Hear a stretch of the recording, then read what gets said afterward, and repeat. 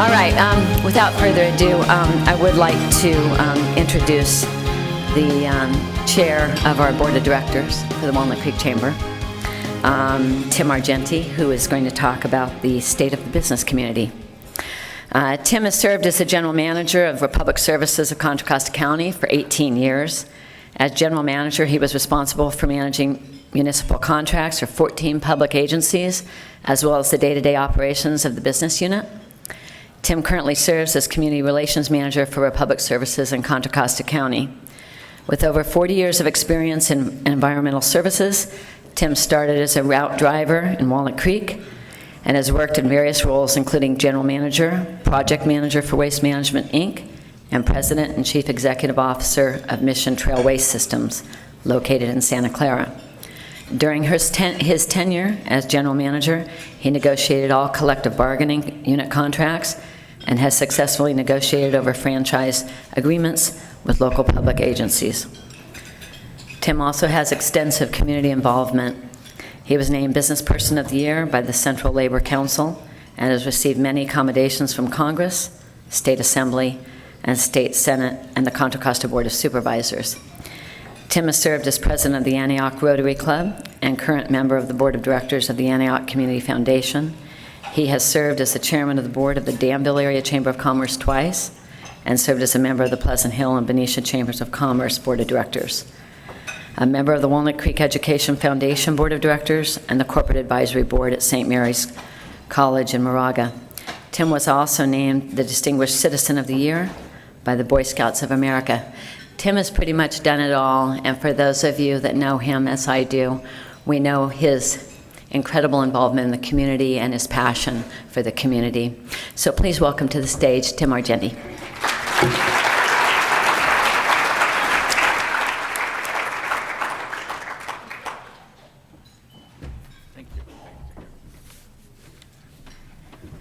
Thank you, Colleen. What a wonderful introduction. I can't wait to hear what I have to say. You know, when you have been around as long as I have and you get different awards, you know, you become past everything, past president, past recipient, past. And fortunately, I'm hanging on for dear life, working with Public Services, which I love. And, you know, my year is coming to a close as chairman, and another thing is that, you know, somebody told me that getting older is like a roll of toilet paper. The closer to the end you get, the faster it goes. And so I'm trying to make the most of what time I have left to enjoy my time. And this, Gene, you like that one? Okay, good. Thanks. But this is, before I start, I'd like to say that how lucky I am and lucky our community is that we have some partnerships that are for the sole purpose of improving our quality of life here in Walnut Creek. And I've really appreciated the relationship I have and that the Chamber has with the Town Council and the town staff. We work closely. They involve us in decision making. We give them what you know, our opinions are and our positions are on things, and they listen. And we're all here for the same reason. And, you know, the Walnut Creek Downtown Association, as well as several organizations in Walnut Creek, we're all here for the same reason, and that's to improve the quality of life in our community. Well, I can stand here and tell you today that the state of Walnut Creek business community and the Chamber remain vibrant and strong. The Chamber's mission addresses a number of areas such as business development, promotion, political action, and most importantly, helping to create a strong economy. And that's what I want to address briefly today. You may recall that back around 2009, the economy was tanking and we were struggling with how to kickstart business. In response, 8 years ago, we established the Walnut Creek Convention and Visitors Bureau. And we were asked at that time, you know, Walnut Creek is in Disneyland, what do we need that for? But many folks don't realize that this business segment is a very important economic engine that attracts new dollars to our community. One example of how that works is right here in this building. The Marriott has 338 rooms. You multiply that times 365 days a year, and we get over 123,000 room nights available. All rooms are not full every night, so let's just assume that it's 70% occupancy, which gives us over 86,000 occupied rooms per year. Now, studies have shown that travelers spend an average of $384 per night in the local economy. So when you multiply this out, we get about $33 million. This hotel itself is responsible for bringing over $33 million into our local economy. I'd like to thank Eddie Adair, who I don't believe is here today, the general manager of the Marriott, and the entire Marriott team. So thank you very much.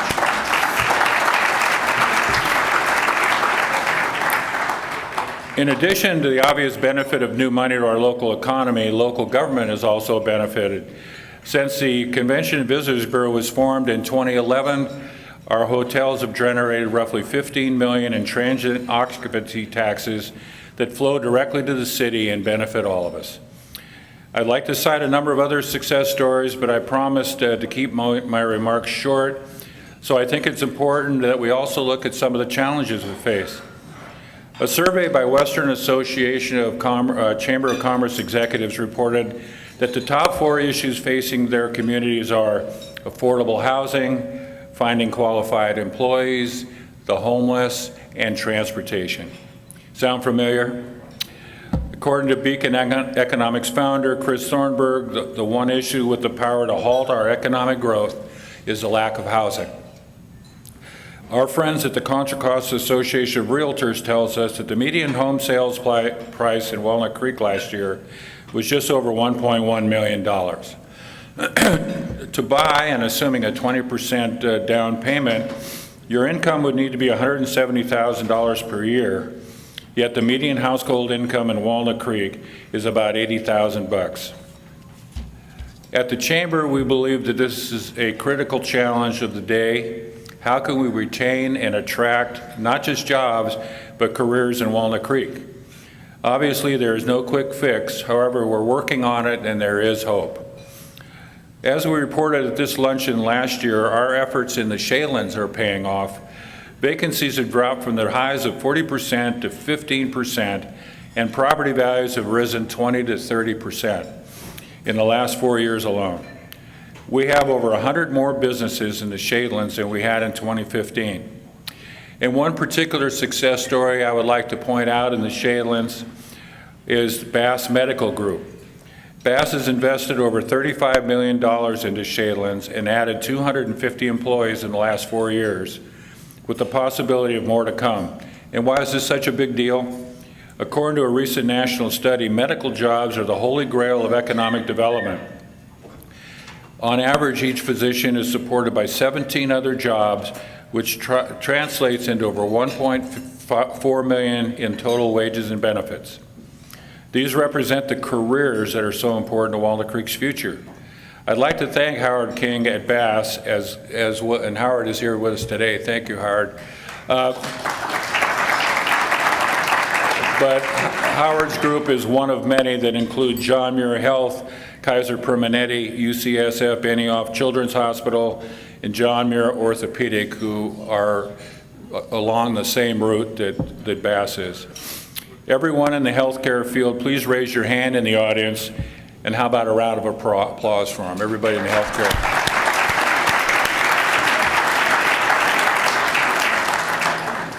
Clearly, the next question is, where will other career-oriented employers locate?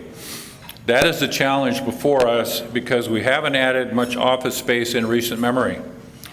Let me give you an example. Joining us today is Payam Zamani, CEO of One Planet Ops, a great new tech company with offices in the United Kingdom, the Philippines, Ukraine, Canada, Australia, and their headquarters are at 1820 Bonanza Street in Walnut Creek. Payam would jump at a chance to double in size in the next few years, but unfortunately space is not available near downtown. Payam firmly believes we can compete for coveted tech jobs with the likes of Palo Alto. However, we need a place to put them. Since Walnut Creek city limits aren't changing, it's clear that we need to find the right areas to build higher. It is this issue that has sparked the Chamber to form a task force to take a new look at Measure A, which we had mentioned to you last year at this time. And all I can say is we're working on it, and hopefully we'll have some more to come. To be clear, no one is suggesting we hyper-develop Walnut Creek. Small business is and always will be the backbone of our community. One of my highlights this year was visiting with John DiVincenzi of Genoa's Delicatessen, as the Chamber recognized him for 50 years of membership. Greater Bay Development, the Palmer School for Girls and Boys, and General Plumbing are businesses that have been with us for over 50 years and are the bedrock of Walnut Creek. We'll continue to support these interests and at the same time tackle the challenges confronting a new breed of employers. I hope you will join with the Chamber and our incoming chair, Jim Fidilibus, as we continue to work on interesting and exciting opportunities. Now I'm pleased to introduce the Chamber of Commerce board members that are here with us today. Mary Brooks, past chair with, where is she? Integral Wealth Management, Raymond James. Colleen Benatar with the Community Bank of the Bay. Angela Delahose with Delahose and Associates. Edward Del Baccaro with Tribe Commercial Real Estate Services. Howard King with Bass Medical. Eugene McCrane, Cushman and Wakefield of California. Iman Novin with Novin Development. Heather Schiffman of Contra Costa Association of Realtors. Margot Stanford with the F&M Bank. And Ann Wilbur with Apropos Promotions. Could you all please stand up? We'll give you a hand.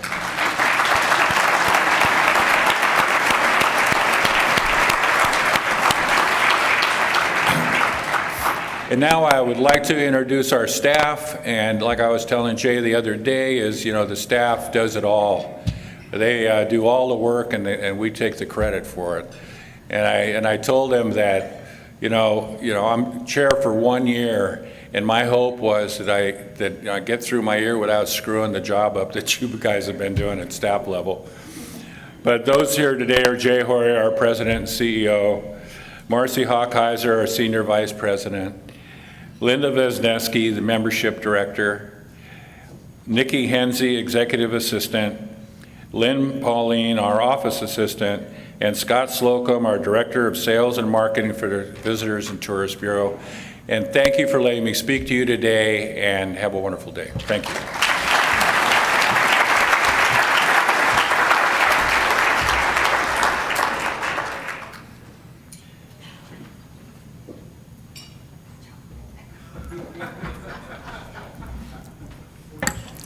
Thank you, Tim.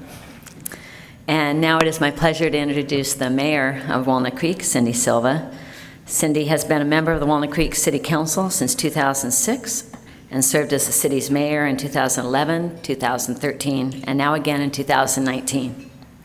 Prior to her election to the City Council, Cindy served on Walnut Creek's Planning Commission. As a City Council member, Cindy serves on numerous regional and state level boards and agencies. State Director, League of Cities, California Cities, Commissioner, California Seismic Safety Commission, Director with the East Bay Regional Communications Systems Authority, Director and past Chair, Central Contra Costa County Solid Waste Authority, Director and past Chair, TransPAC, past Chair, Contra Costa County Mayor's Conference. Locally, Cindy is a longtime community volunteer. She founded and still co-chairs the annual Walnut Creek Community Service Day. She is chair of the Board of Directors of Hospice East Bay and serves on the boards of the Walnut Creek Civic Pride Foundation and Walnut Creek Sister Cities International. Among her past volunteer endeavors, she served on the East Bay Women's Conference Committee. Professionally, Cindy has over 40 years of business experience in marketing and communications in industries as diverse as telecommunications, biotech, healthcare, and the nonprofit sector. She is a summa cum laude graduate of the University of Southern California, and as most of all of you know Cindy, she is extraordinarily involved in the community, very passionate about this endeavor. So welcome to the stage, Cindy Silva.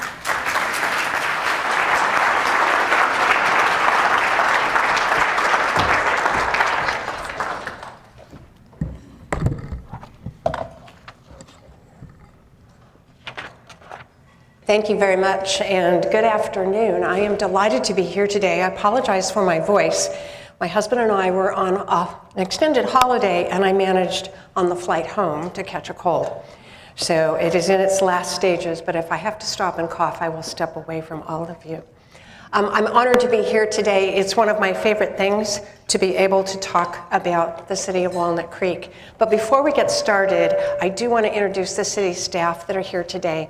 I'm sure, as you all know, the real work in making Walnut Creek work is done by our city staff. So I'm going to ask all of the staff members to stand up so that you can see them as I'm introducing them. So everybody stand. Don't be shy.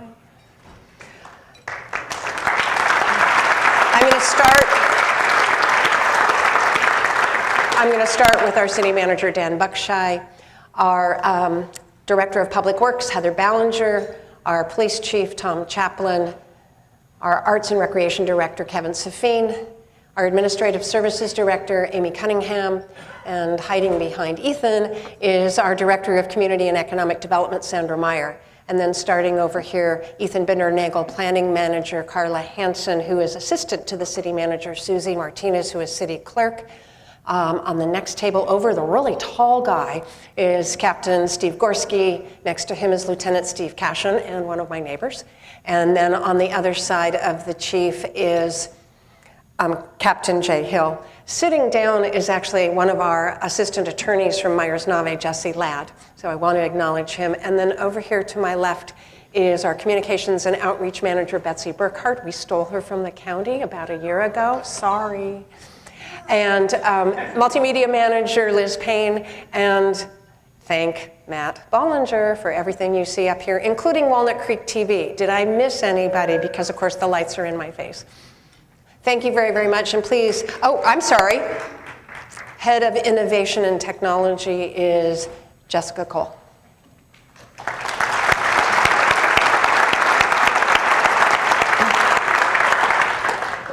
There is a lot going on in Walnut Creek, and so let's get started.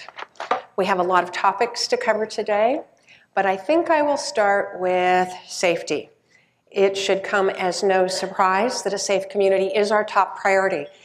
We want a safe community for our residents, for the businesses, for our employees, and for our visitors. And I'm very pleased to report that our crime statistics are stable and continue to be very low. And in fact, year over year, our crime was down 2 percentage points. So thank you in large part to the fabulous work of the police department. What they tell me is that our biggest challenge is actually property crime, and that would be residential and non-residential burglaries, as well as auto burglaries. So the real question is, how is PD managing this challenge? Well, I'm gonna use it as this. They're doing it with stats and bait. Okay, I gotta give you an example of what I mean by that. The department's crime analyst, who spends her time tracking the data, recently identified an uptick in auto burglaries at Plaza Escuela. Now what that means is the cars weren't being stolen, but valuables in cars were being stolen. So to respond, the police department set the bait by parking an unmarked vehicle at Plaza Escuela and putting a baited purse in the car. Well, you guessed it. Given the opportunity, thieves broke into the car and grabbed the purse. But because the purse contained a GPS device, PD was able to pursue the purse and arrest the suspects. And that's how we're using stats and bait to reduce crime. Specific to the business community, the department has been focused on building partnerships that help both to prevent crime and to mitigate the consequences if a crime occurs. And among these partnerships, I'm going to talk about 3. First, Broadway Plaza continues to fund or help to fund a full-time officer at the plaza, and that's helped to create better relationships with all of the shop management, which helps them understand that we need to hear about crime so that we can prevent it and work on it. Apple, recently, and some of you may have actually experienced it, the Apple stores in the Bay Area were experiencing a rash of grab and run crimes. In response, Apple paid off-duty police officers, including off-duty officers in Walnut Creek, to actually be present at the store, and the result in Walnut Creek was actually a reduction in that instances to 0. And finally, I will mention John Muir. We have recently approved an agreement for our police department to provide supplemental presence during certain evening and late night hours at John Muir's ER. Now, why do we do that? John Muir's ER is a level 1 trauma center. They take in daily level 1 serious injuries from across the region, including gunshot victims. And so that does increase the potential for crime actually occurring in the emergency room when the two sides of an argument are actually sitting and waiting for their friend. 3 other things to note. We continue to provide 2 full-time school resource officers at our 2 high schools, and these resource officers also help to support. Can you still hear me? It feels like I lost it, okay. Also provide support at our middle schools and the feeder elementary schools. We just completed the first full year of our body-worn camera program, and the technology has really improved our ability to successfully prosecute crimes. And finally, I will mention that you can now text 911 in an emergency. However, I am going to say that a voice call is really preferred. So texting 911 is really designed if you are in an emergency and it is unsafe for you to make a voice call, then you text. You're all parts of the members of the business community, and I know that's why you're really here today. A strong local economy is vital to our tax base and also to creating and retaining jobs. So the good news, the local economy, as Tim said, is in good shape. In fact, a recent economic study that we completed shows that since the recession, Walnut Creek's job growth has outperformed that of its neighbors and of the state as a whole. So we often ask ourselves, well, why? Because you want to replicate this, and there's a number of factors. First of all, we have an excellent location. We're at the crossroads of 2 highways, and we are, of course, served by 2 BART stations. We also have a very educated workforce and really good local schools. We have a vibrant quality of life, downtown, parks, open space, the arts. And in addition, we have been building housing in downtown, which is attractive to a younger workforce and helps businesses want to be here. Let's talk about some recent highlights. Broadway Plaza will complete its $250 million makeover when the 75,000 square foot lifetime fitness facility opens.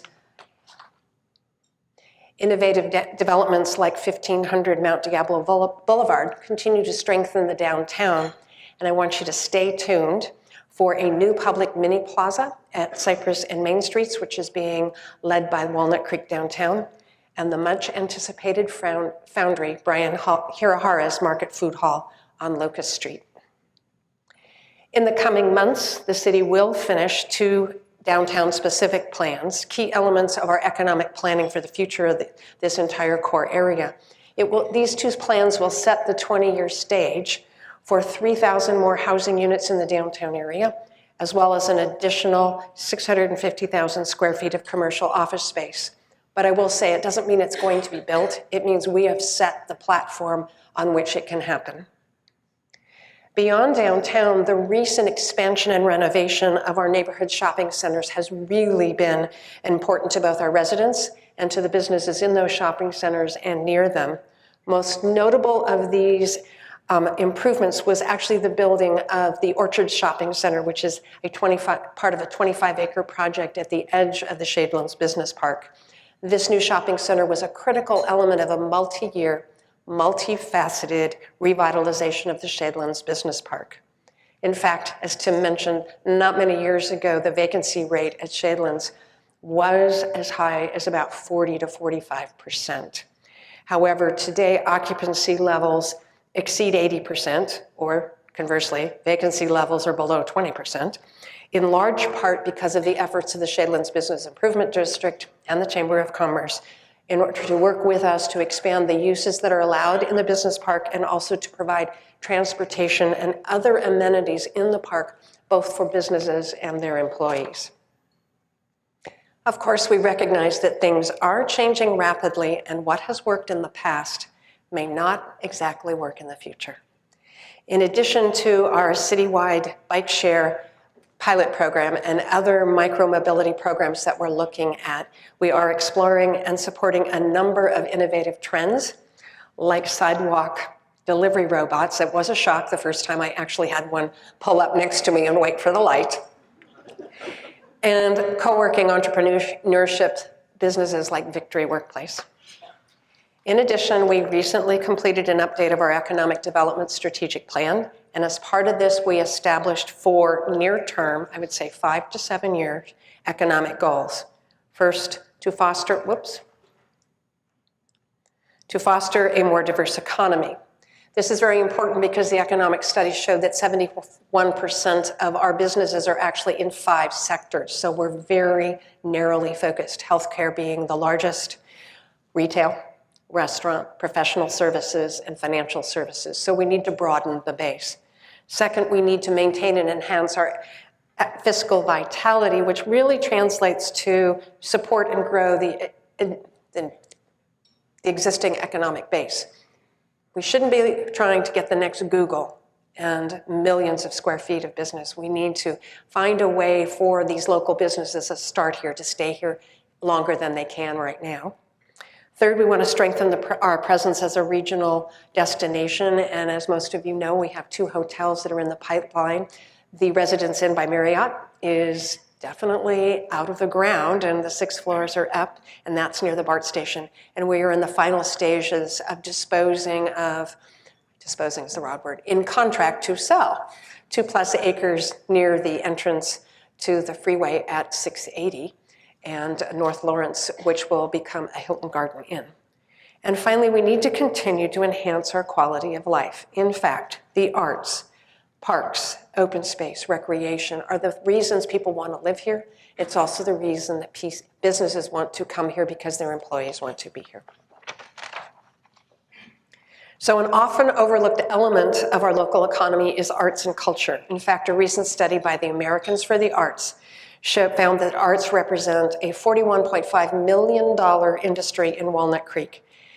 The focal point of our art scene is the Leisure Center for the Arts, which also serves as the northern anchor of our downtown. If you think of Broadway Plaza as the south anchor, the Leisure Center is the north anchor. The Leisure Center drew some 200,000 patrons last year, 25% of whom came from outside of Contra Costa County. So that is a lot of economic activity for downtown because they don't drive here to go to the theater without eating something and probably shopping. Some highlights from the Leisure Center. Is our resident theater company, and it just celebrated its 50th season. The current production is Communicating Doors. It's in its last weekend. Get a ticket. It will even keep those of you who love to sleep in a production, it will keep you awake. Last year's World of Frida exhibit at the Bedford Gallery drew 12,000 visitors. And that exhibit, which started at the Bedford, will be going on a national tour later this year. In July, the Chevron Family Theater Festival again drew about 7,000 people in its 12th year. And I really want to thank the Diablo Regional Arts Association and its donors for funding the Arts Access Program, which each year provides theater and visual arts experiences for 13,000 school children from underserved communities. And if you haven't noticed, we have a number of free public art pieces in the community, some new ones. At the Leisure Center Plaza now boasts a 28 by 16 hand-painted mural called West Coast Barn Quilt, and this mural is kicking off our new public mural program.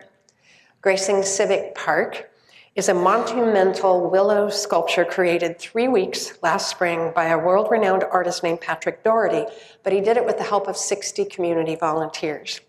This will be here for 2 years. It's only temporary, and it's funded by a grant from the National Endowment for the Arts.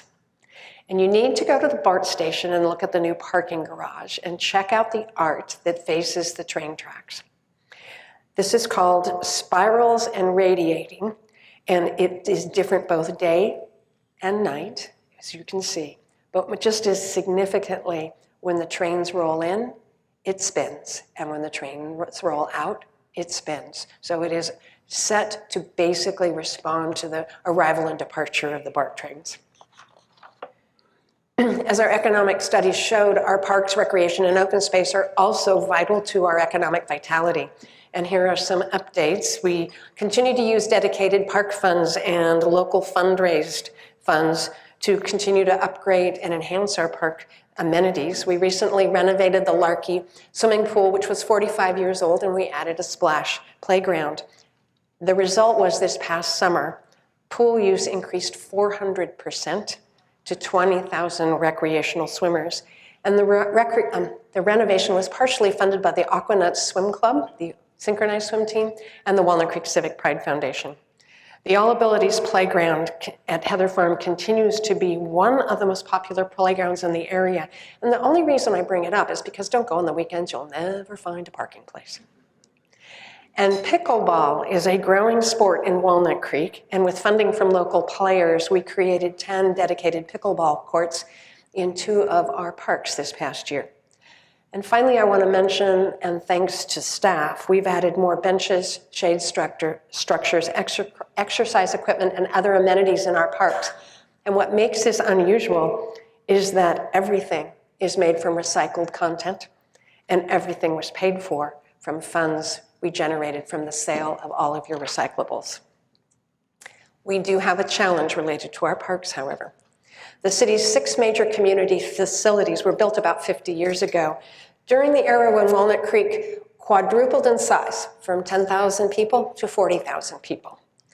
In the last few years, we have been able to rebuild 2 of those facilities, but the other 4, the community centers in Civic Park and Heather Farm Park, the swimming pool at Heather Farm, and the Shadelands Arts Center, are just about the same as when they were built 50 years ago.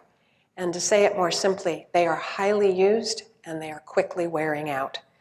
We are now engaged in a community-based process to determine what facilities do we need for the next 50 years, what do we want to modernize, what would we need to rebuild, and how are we going to fund it?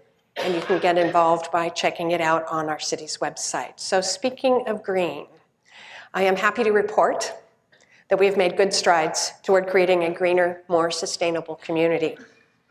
We joined Marin Clean Energy in 2016, and this past year, we made the decision to opt up to the 100% renewable deep green program for all of our city facilities. This reduces our greenhouse gas emissions to the tune of about 900 metric tons of CO2 each year. This past year, we installed 2 solar facilities, one at Boundary Oak Golf Course, the other at Heather Farm Park, and the 2 sites are capable of producing about 1,100 megawatt hours of electricity each year, which will reduce our emissions by about another 150 metric tons of CO2. As in our parks, we have installed tables and benches in the downtown made of recycled materials and paid for with recycling funds. Plus, we now have 78 of the Big Belly solar-powered trash and recycling compactors downtown. And on Community Service Day this past year, and spearheaded by Walnut Creek Downtown, community volunteers place artwork with a sustainability message on the sides of the receptacles. Of course, vehicle emissions represent the largest component of our energy footprint, which is why we continue to invest in alternative fuel vehicles, as well as in alternative modes of transportation. Our city fleet now has 76 alternative fuel vehicles, including the little PSO vehicles that go around and look at the meters. By the end of this year, the city expects to have some 80 public electric vehicle charging stations in our parking lots and in our garages. We've recently added more than a mile in the last year or so of bike lanes along major thoroughfares such as Olympic Boulevard and Oak Grove Road. And we have participated or are participating in the pilot of the Lime Bike Share program, and we're exploring other micro-mobility options. Just last year, we invested over $1 million in our pedestrian facilities, sidewalks, crosswalks, particularly those downtown and those near our schools. And we continue to use our parking funds to help fund 2 free bus routes that are very well used in downtown parts of Walnut Creek, including the all-electric downtown trolley. Finally, I will note we are completing a transportation planning project called Rethinking Mobility. Where will we go in the future? And so stay tuned for those results and get involved if you're not already participating. Of course, even as we work to expand our mobility options, we recognize the importance of our roads to the local economy, to business, and to quality of life. Our goal is to ensure that our roads are safe and that traffic flows as efficiently as possible. This past year, the city invested more than $5 million in our local roads. This included $1.3 million to reconstruct a section of Oak Grove Road. That section had not been rebuilt since it was first built in the 1980s. A large portion of this work was funded with recently approved state gas tax funds. And I really want to acknowledge the California Chamber of Commerce and state and local business leaders who partnered with our cities and counties across the state this past November to help us retain this funding. The new funding effectively doubles our gas tax money, which means we'll be able to invest in long overdue projects along other major roads, including Ignacio Valley Road. Of course, as council members, and I'm sure my colleagues will agree with me, we are often asked, what are we doing to manage the traffic that comes with new development? And my answer is always that the city requires and works with new development to ensure that they mitigate their traffic impacts. And I really want to acknowledge two example projects which I talk about. When Broadway Plaza recently went through its expansion, it did a number of traffic impact projects, not the least of which was to rebuild the intersection at South Broadway and Newell Avenue. And they're also helping to fund a study about the widening of the bridge on Newell Avenue over San Ramon Creek. And the Walnut Creek Transit Village, which they're working on that new BART garage right now, also funded a new mid-block crossing, which connects the BART station with the office buildings across California Boulevard, and that just opened a few weeks ago. As Tim mentioned, housing is fundamental to a strong local economy, and people need places to live, and the closer people can live to where they work, the better their overall quality of life. Of course, as most of you know, California is experiencing a housing shortage, a shortage that is resulting in higher housing costs and forcing people into long, traffic-snarled commutes. The housing crisis is particularly acute in the Bay Area. A report by the Bay Area Council shows that the Bay Area has added 531,000 jobs since the end of the recession and only 124,000 units of housing. That means some people are living in dining rooms in San Francisco. And the crisis has only been exacerbated with the fires that occurred in Northern California in the last 2 falls. Our city council has been focused on 3 housing fronts: housing supply, housing affordability, and homelessness. In terms of housing supply, as envisioned in the general plan, most new housing is multifamily and is located in the downtown core area. This allows us to preserve and protect our open space hills and preserve and protect our single-family neighborhoods. It reduces the overall impacts on the environment, and it results in fewer car trips per housing unit. We have had an estimated 900 housing units come online since the end of the recession in 2010, and more are in the pipeline and some are under construction. Of course, the housing crisis and the lack of housing has created an affordability crisis across the state. Fortunately, about 15 years ago, my former colleagues established a number of affordable housing policies and funding programs, and the result since 2005 has been nearly 400 new affordable units in Walnut Creek. I want to point out 3 projects. On Riviera Drive, the 52-unit Riviera Apartments just opened this past month. This is just north of the BART station.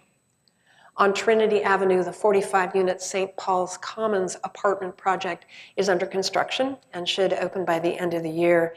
And this complex will be the new home of the Trinity Center as well. And a 42-unit townhome-style Habitat for Humanity project has been approved for a 2-acre parcel that sits right adjacent to the Pleasant Hill BART station, but is in Walnut Creek. And I will let you know that the city is watching carefully what is happening at the state level with the new governor and the legislature on these issues of housing supply and housing affordability. As you can imagine, the housing crisis has also exacerbated the homeless situation. Of course, there are many causes of homeless, from high housing costs to veterans with PTSD, and each cause and each person requires a unique solution. 2 years ago, the City Council set a goal of providing a realistic response to homelessness in Walnut Creek, a response that assists those who are homeless while respecting the rights of residents, property owners, and visitors.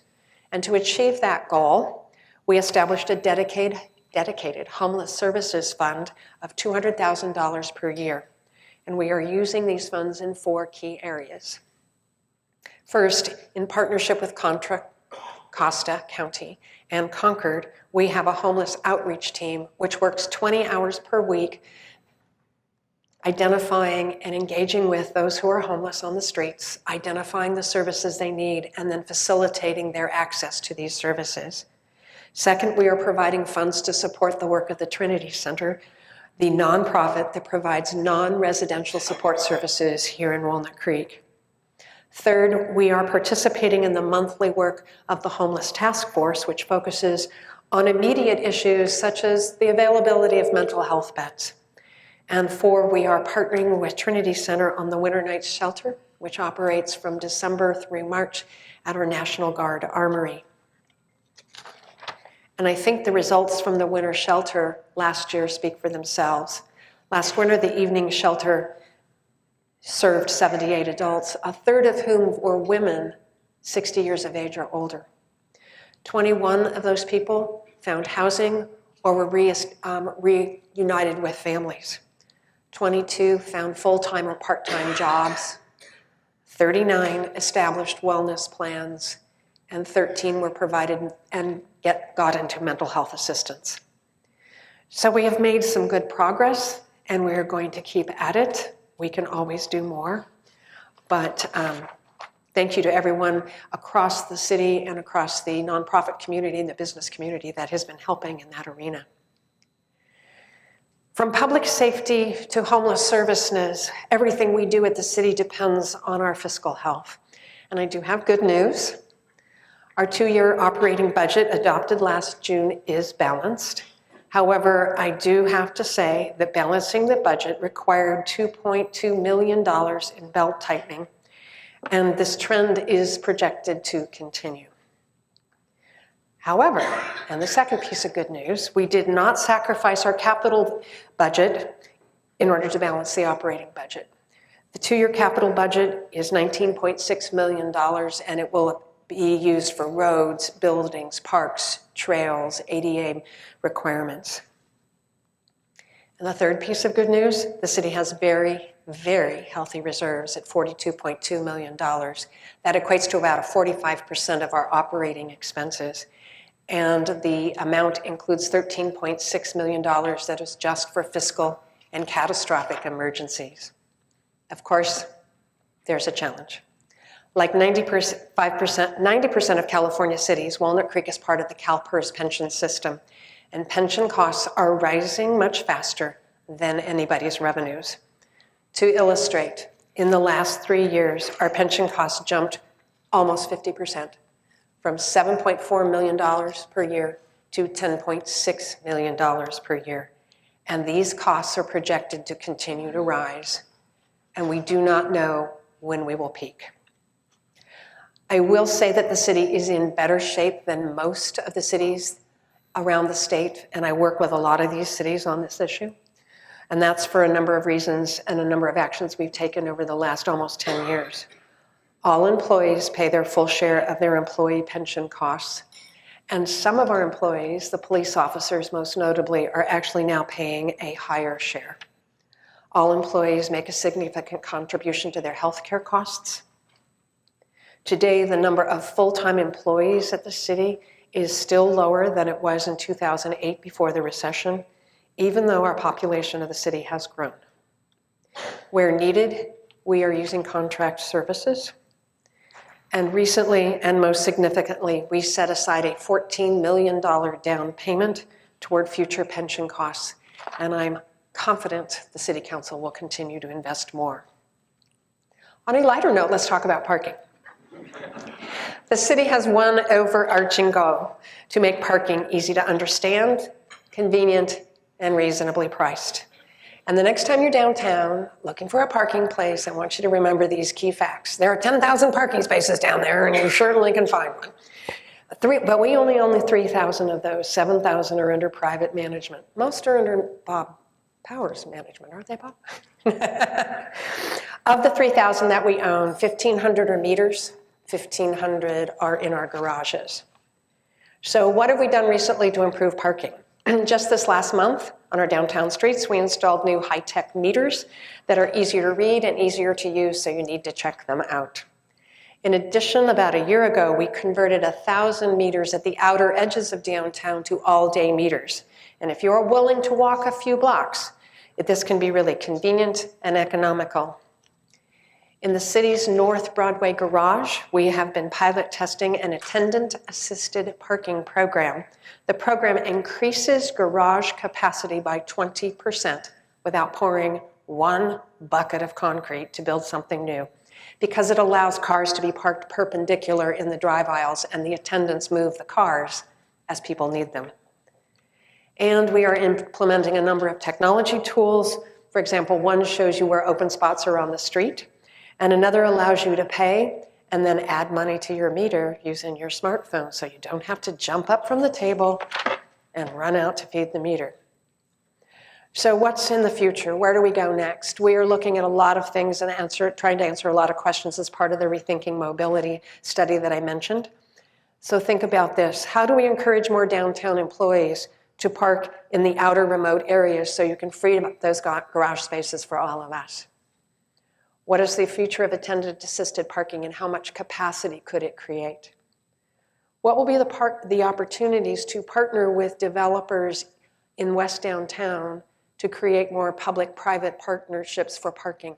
Or just as much, what's the opportunity to partner with residential developers for the use of their spaces during those off hours when their residents may not be using their parking spaces? What parking opportunities might be created if we rebuild and modernize facilities at Civic Park? And of course, how will parking demand change in the age of Uber, Lyft, autonomous vehicles, and virtual everything? So stay tuned. I will close my remarks today by mentioning that 2019 will be a year to continue to engage with and involve the community as volunteers. First, Community Service Day. Please mark your calendars for our 9th Community Service Day, which will be held Saturday, October 12th. Last fall's event involved 1,400 community members and more than 50 projects, and the majority of their projects were organized by local nonprofits. So thank you to all of you who are here today to organize a project. I'm sure you know, as I do, that many of our community accomplishments would not have been possible without the work of our nonprofits and their legions of volunteers. And because of that, this year we are spotlighting 10 of these community organizations through a program called Second Saturday Spotlight. On the second Saturday of each month, we are giving the broader community an opportunity to learn about these great organizations and get a behind-the-scenes look at their work. We kicked off the year at Tony LaRusse's Animal Rescue Foundation in January. We were at the Lesher Center for the Arts this last week. And in the next few months, we'll visit Meals on Wheels, the work of the Open Space Foundation, and John Muir Hospital, just to name a few. Space is limited for each program, so please visit our website for more details and to register, and I really hope you will join us. And I am going to say thank you very much for everything you do for our community, for your interest in the community, and I'm happy to answer questions, as long as they're easy. Give me softballs, please.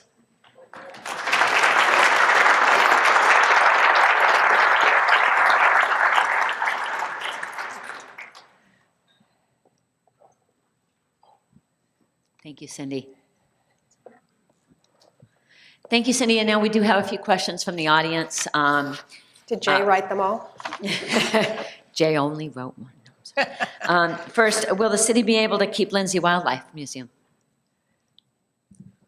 So let me give a little bit of explanatory information. The Lindsay Wildlife is going through some interesting changes, and their facility is a city facility, and they pay $1 a year to use the facility. So as the Lindsay is reassessing where they're going and what they want to be, we hope they will stay in the community, but we don't have control over it other than it is our building. Great, thank you. Another question, what are some of the highlights of the North Downtown Specific Plan as well as the West Downtown Specific Plan? Well, each highlight is they're both about 200 pages. And about a 500-page CEQA document for each of them. So I think the highlights are that we have worked with the community and derived an extensive amount of community input from residents, businesses, and local property owners, including, like in the West Downtown, the 3 churches that are there, to really find out where people would like the community to go and how we accommodate more people living near BART and transit, as well as an increased level of business activity. And it is like shoving 100 pounds in a 10-pound sack. And so, but that has been the most interesting thing. I think the takeaway is that when we work together, we do come up with great ideas. And I'm looking forward to completing the process. But, 2,400 new housing units projected in West Downtown, 600 in North Downtown. You don't want that level of detail, I don't think. Great, thank you. Oh, this is a good one. Can you declare a national emergency to get more parking at Whole Foods?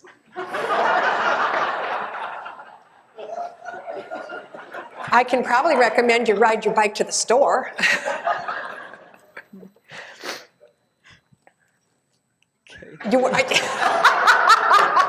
Are we talking the Whole Foods downtown? You must be. I believe the individual was, but I'm not positive. I assume so. Yeah, that is a challenge. I mean, it's interesting when something becomes that popular. Ergo, it is fully parked, but the in and out acts, the circulation works in an unusual way. Very good. And with that, that concludes Oh the questions. And let's give Cindy a round of applause. Thank you so much, Cindy. Thank you very much.